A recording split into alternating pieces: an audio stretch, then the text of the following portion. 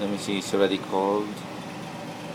After replacing, that's the old switch, and there's the new thermostat. Replacing the everything is working fine, but we need to connect this one on the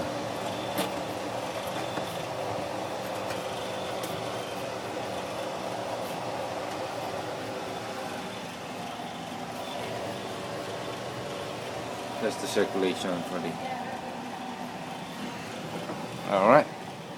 Thank you guys. After replacing the thermostat, everything is working fine.